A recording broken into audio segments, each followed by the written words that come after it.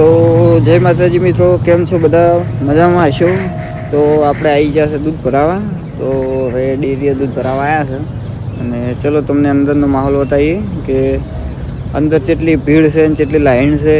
ચલો અંદર જઈએ. આ છે આપણી ડેરીનો વિડીયો તમે જોઈ શકો છો, એવડી મોટી છે.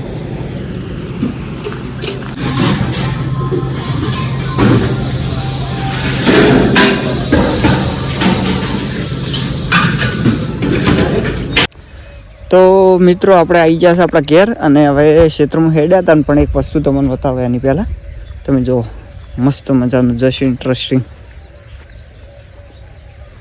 જુઓ.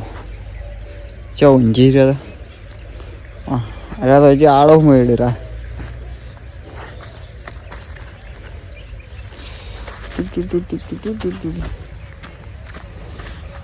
डोगेश भाई पहला जे खुई रहा जीरा. कुछ बोलना है तुझे? कुछ बोलना है तुझे? चलो कोई वजह नहीं, આપણે જઈએ હવે ખેતરમાં. ખેતરમાં થોડું કોમ છે પટાઈ દે, પટાઈને પછી બીજી વાત. બ્લોગમાં બન્યા રહેજો. તો મિત્રો આ છે ઘઉંનો પૂંખ. તો આપણા જેટલા પણ વ્યુઅર મિત્રોમાં, આપણી જેટલી ફેમિલી મેમ્બરમાં જેટલા ખેડૂતો હશે એમને તો ઘઉંનો પૂંખની ખબર જ હશે. જો થાળીમાં પડ્યો છે ને ઘઉંનો પૂંખ, બસ કેટલો સુંદર થઈ ગયો. ખાઈ લઈએ મિત્રો. આ ખાવાની બહુ મજા આવે છે, તમે પણ ખાજો અને જેને ખાધો હોય કોમેન્ટ કરજો. જો હોજાડીને એક એક ગોતીને લેવી પડે.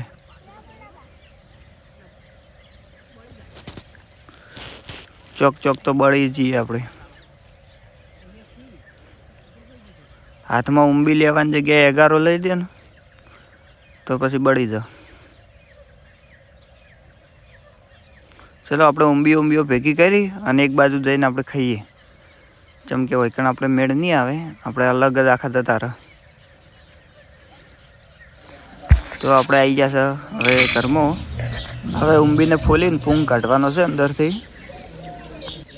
હવે ઊંબીને ફોલીને આપણે પૂંખ હતો એટલો કાઢ્યો કરો છે અને હવે મસ્ત બેઠા થોડો ખાઓ. સુકૂન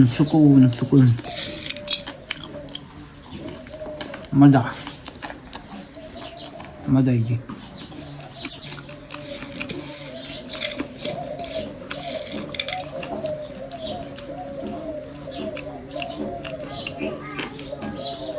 ઘઉંનો પૂંખ.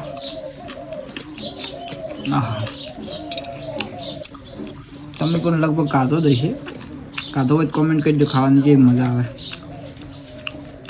ખાધો છે ને કોમેન્ટ કરવા.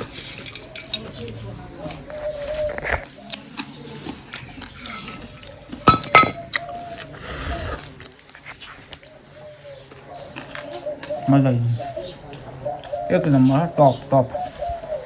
તો મિત્રો આપણે જવાનું છે ભીલડી હેડ્યા છે. ભીલડી હેડ્યા છે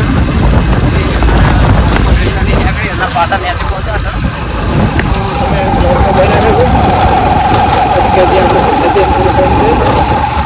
ભીલડી જઈને આપણે પૂછ્યું કોણ છે, બધું કોમ બોમ બતાવો પછી બીજી વાત.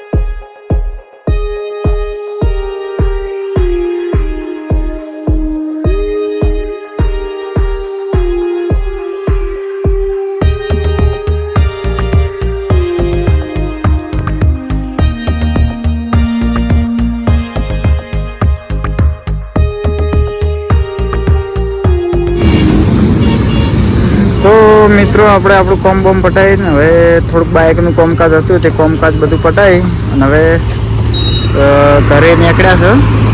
તો જો મસ્ત વ્યૂ આવે છે અને ઘરે નીકળ્યા છે. હવે જવું છે ઘરે.